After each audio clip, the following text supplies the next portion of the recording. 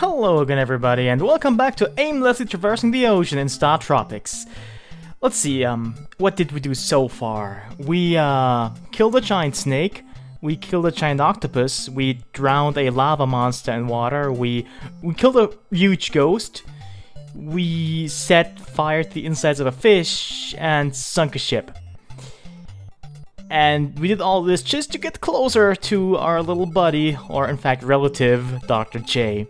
And we're finally closing in on his location. In any case, we're now in the old people village. It's full of old people, as that oldest person, almost 200 years old, just let us know pretty much. And if you remember last chapter, you might also remember that there was someone claiming the second oldest. That person could have been lying. I don't know. Maybe that person is lying. But I would assume that the person living here in the old people village has enough old people cred to actually, you know, be the second oldest. But yeah, that's pretty much it for this village. Much like the fisherman village, this is just a village full of old people. I kind of like this. It seems really... I don't know how to put it. I kind of like this. It's weird. It's odd. I enjoy it. In any case, back to just, you know, kind of wandering the ocean. Every time we enter subsea, we will now actually get an update on how many tiles Dr. J's signal is away. It's not that useful though, because as you can tell, there's a lot of just tiles you can't even traverse, because these light blue ones, they're shallow water and we can't go across them. So just memorizing the number and then going that direction isn't gonna help us. Yet. Maybe eventually. You might notice that we're just going the opposite direction right now anyway. But don't be fooled. Here's this minor teleporter maze. It just eases us into it, because right now we can see exactly where we're gonna come out.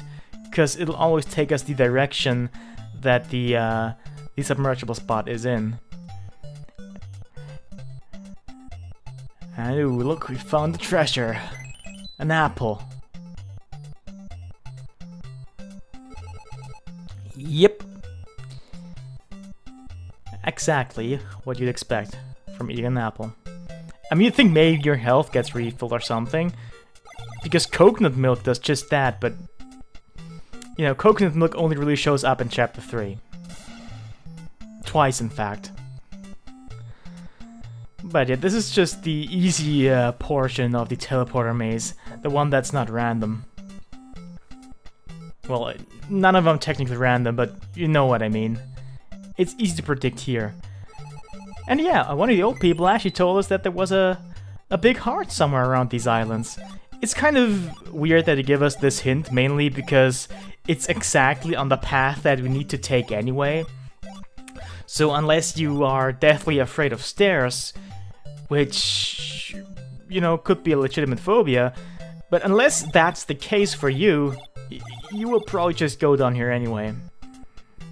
Because stairs are just too tempting. They lead you somewhere, like an apple. Hey look, another house. What I really like about this chapter, even though this section is kind of like... I don't like it too much, but what I like about it is that it just sprinkles these little funny little bits in there. Like, here's a bit of a reference, that apple was a bit of a joke. The old people village was somewhat amusing. At least to me.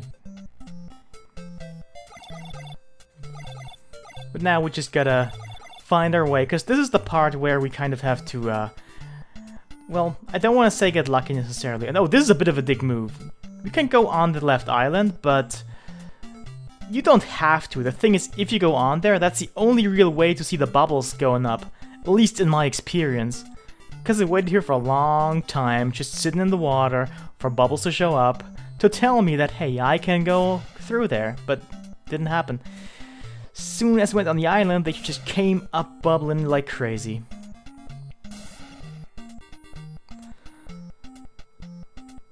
And yeah, here we really only can go down the second submersible. The other ones will just kind of put us back and forth. And here's where the chapter gets mean, because one of these submergible spots somewhere in this area is actually the correct one, but the problem with that is that the right one, it looks like one that you kind of came through. At least that's my experience, because when I streamed the game, I didn't find it. I just went past it several times thinking it was the one I came through originally. Maybe I'm just an idiot. Who knows? I'm not gonna pretend that's not the case. And that one right here, above us right now, is the one that we need to use. It doesn't really look special now, does it? It's just kind of there. And no, there's nothing down there. Those stairs are just there to, I guess, waste your time.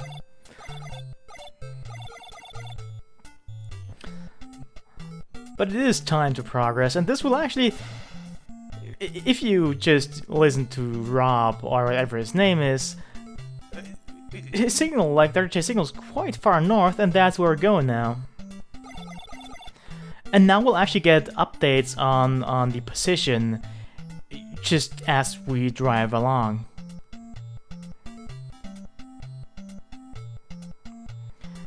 And this portion here, in fact, it'll happen basically all the time, unless you just happen to not go onto any tiles that let you know where Dr. J's location is.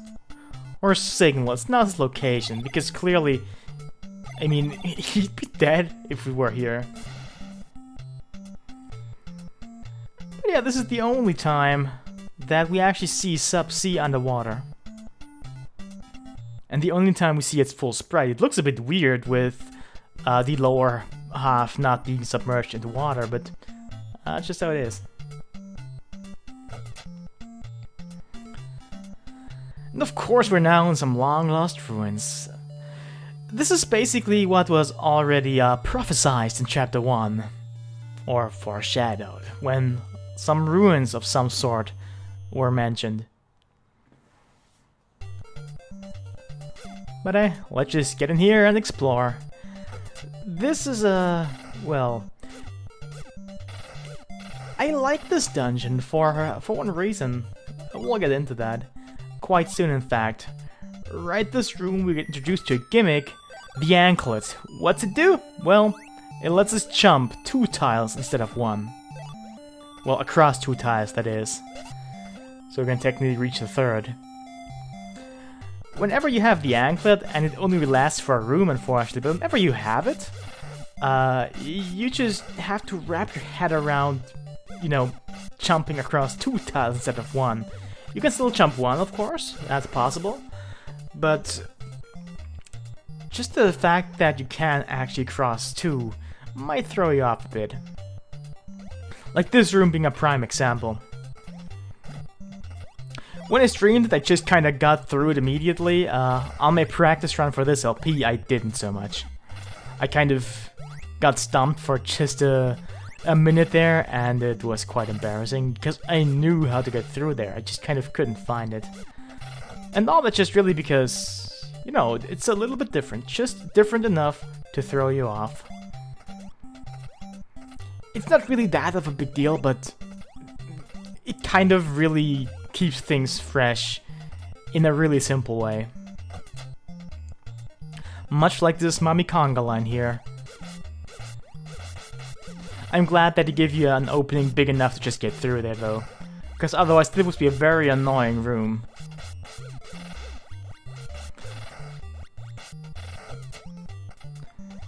Alright, so pay attention to the upper right of the room. There is a tile just kinda sitting there. That's our only hint for invisible blocks. It's quite a good reward too, because just having a medicine can really help you, especially if you have the shooting star or want to maintain it.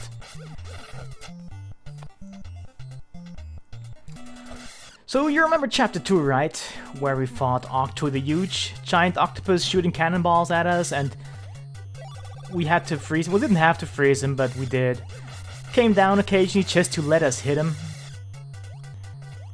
We could also just jump up there on these other tiles, but it's not really necessary.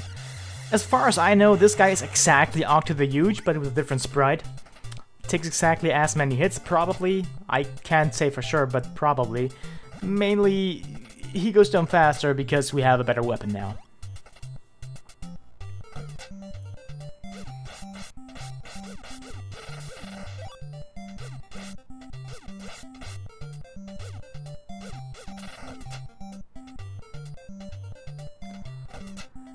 Alright, here we are reintroduced to one of my least favorite gimmicks in video game history.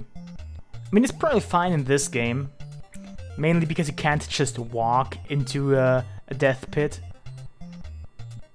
But these dark rooms usually kind of are very dangerous.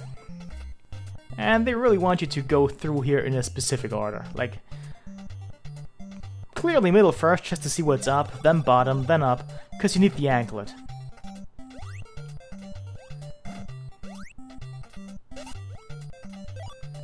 It's not really hard, honestly, just, I'm not a fan of these dark rooms.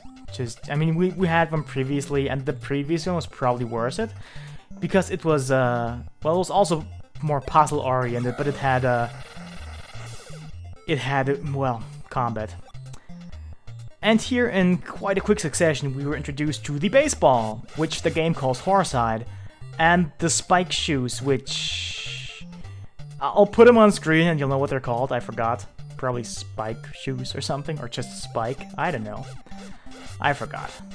Shame on me. Anyway, the spikes do attack every enemy on screen once for, I believe, about 1 yo-yo worth of damage. I could be wrong here, but it doesn't seem to do quite as much as our shooting star. But what it did is it basically allowed us to you know, just empty the previous room of enemies in just one attack, which is really good. And the main reason I'm not using the baseball here is because, well, it's wise to keep it for the boss. Yeah, the spikes were made exactly for rooms like this. Because otherwise it'd be really damn tedious to just... I know... jump across these tiles, attacking every enemy one by one, and they take multiple hits too, which means you might have to avoid them at some point too. But I will.